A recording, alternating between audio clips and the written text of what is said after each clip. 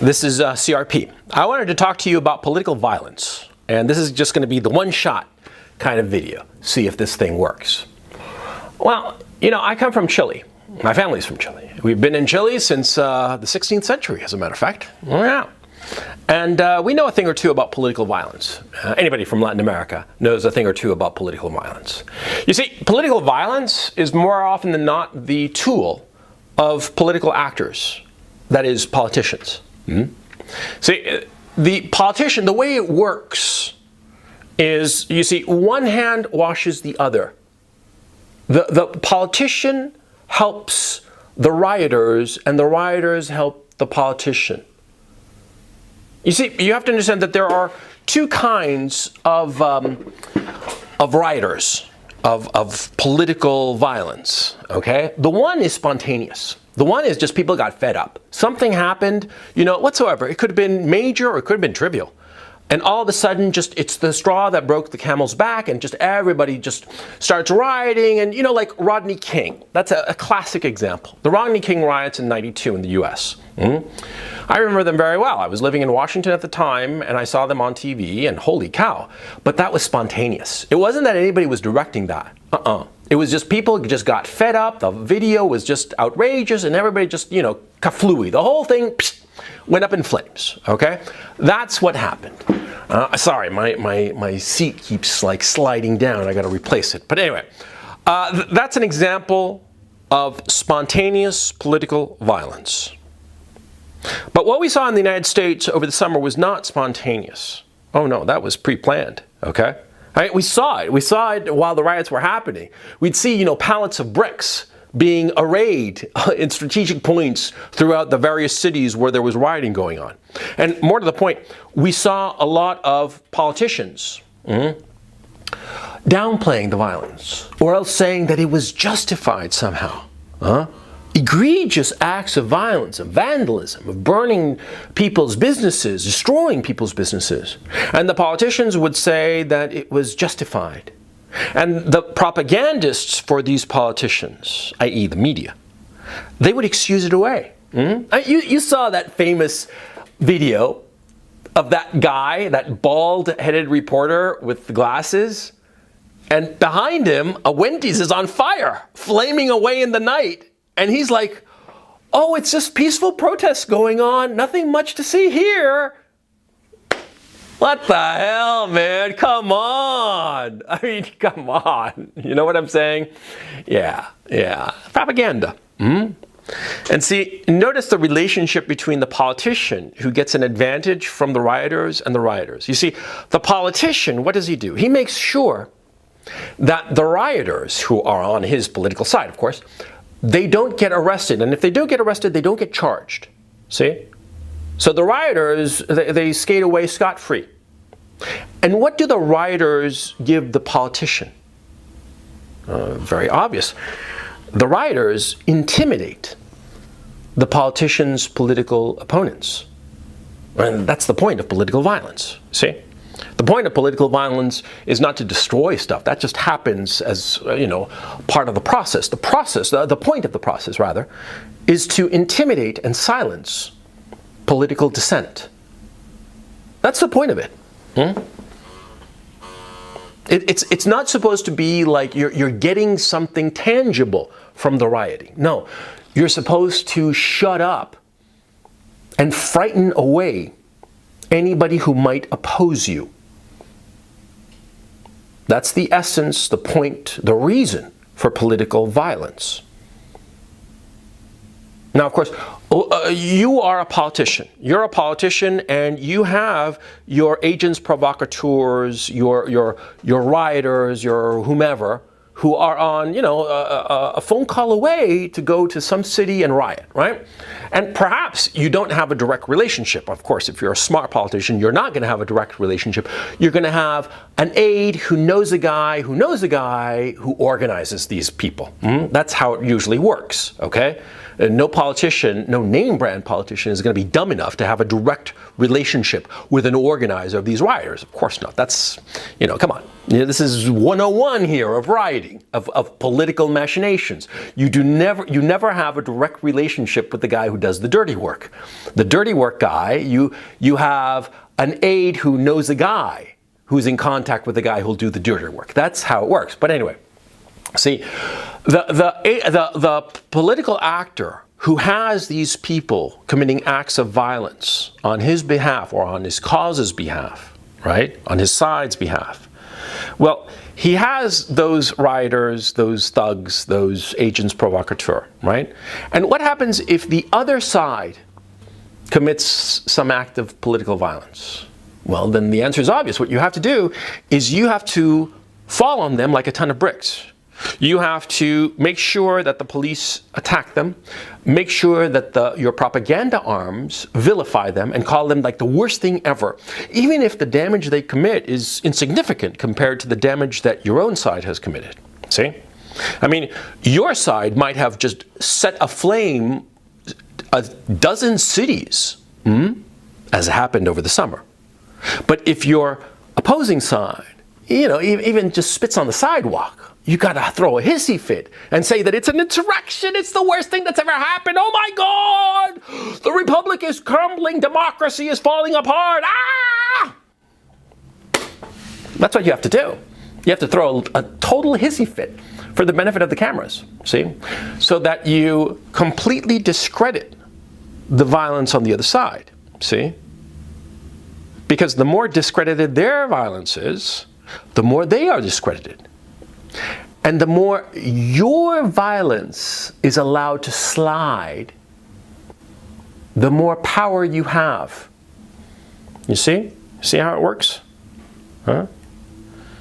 Because see, the political actors, the politicians, the pundits, everybody in the political milieu, they'll realize that, see, your side can inflict violence, but the other side cannot. They can't get away with it, at least. See? And that means that you have the power. You saw, like a couple of years ago, when was it? I think it was 18 or 19, when Tucker Carlson's family was harassed by a bunch of Antifa. I mean, they were just screamed at. And I understand that Mrs. Tucker Carlson, I don't know her name, it doesn't really matter for purposes of this video. She wound up like hiding in the closet with her kids. I mean, if I were Tucker Carlson, I'd be horrified. Yeah, I'd be furious. Yeah, but what was the point of that? Was it to scare off Tucker Carlson? No, because Tucker Carlson, he realizes that he couldn't back off because of this incident. It would make him look weak and he'd lose all credibility. Even if most people would realize that, yeah, sure, in the face of that kind of potential violence towards my own family, I too would maybe shut up. Yeah, but he realized that his credibility, his entire career, and everything that he is stood for would be just thrown out the window. So he had to push on. Hire security for his family if need be. Probably very expensive security, right? But just keep on pushing on. But see, the point wasn't really to intimidate Tucker Carlson with that political violence. The point was to intimidate anyone who might agree with Tucker Carlson, who might be in a position of relevance. To intimidate, say, other newscasters, to intimidate other newspaper columnists or newspaper editors, to intimidate other people who might say, Tucker Carlson seems perfectly reasonable to me and this is outrageous, Yeah, that was the point of it. The point of it was to isolate Tucker Carlson, because that's how political violence works. And like I say, I know this from experience in Chile and in Latin American politics. See, this is how political violence has always operated. It's to intimidate people who might become your allies. See, you suffer the political violence or the threat of violence against your own family, right? And you're horrified and freaked out by it. But see, what happens is that all the other people who might have joined you, they become afraid. And they become afraid and they step back. They step away from you. And they leave you isolated and fighting on your own. That's what happens. That's the whole point of political violence. And there was this Missouri Senator, Hawley. I don't really know him. I don't care about him one way or the other. But his family was also harassed, viciously harassed by Antifa with the real threat of potential violence against him. Yeah, he was away back in his home state while his wife and kids and newborn child were in their home in Washington. What do you think is the point of that? To intimidate Hawley, sure, but to intimidate anybody else who might think of joining him. That's how it works. And then you have the thing that happened on the 6th of January, right? What was that? That was spontaneous. I don't know. I do know that from accounts that I've read, on the ground accounts of people who were there, that people were just generally pissed off. They were generally pissed off, and they felt that the election was stolen, and they wanted to protest that. The fact that they believe it was stolen. Whether you agree with them or not, that's irrelevant. They had a legitimate grievance. I mean, it's legitimate by their sheer numbers. There were so many thousands of people there, tens of thousands perhaps, hundreds of thousands, I don't know. Again, that's not the point. There were enough people who drove from all across the country to be there and to protest that their grievance was legitimate. Now, did it turn into a riot? Not really. I mean, I looked at pictures after the fact and everything looked pretty clean. No business had been burned to the ground, right? And the whole Capitol building thing, that looked awfully weird to me. I mean, government buildings are places of high security, right? A joint section of Congress and just a bunch of lowlifes were just allowed to like waltz in without any kind of security check, no metal detectors. That just seems bizarre.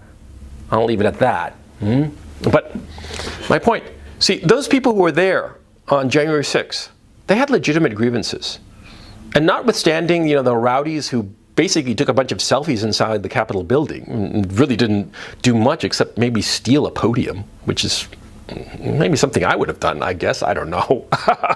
But the point, they didn't set the Capitol building on fire now, did they? No, they did not. And did they set Washington on fire? Like Washington was set on fire over the summer, which it was? Did those people on January 6th do that? No, they did not. They're fairly polite and fairly tidy. But they're being disqualified. Their legitimate, spontaneous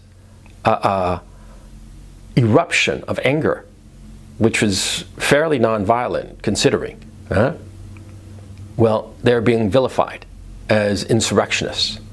They're being called Nazis, worse, anti-democratic. I mean, everybody's just throwing a hissy fit. And, well, it's part of the game plan, you see? It's part of the game plan. And this has been going on in Latin America for centuries. Yeah, it's nothing new. I mean, you in the United States or Western Europe, you might not be used to this kind of thing.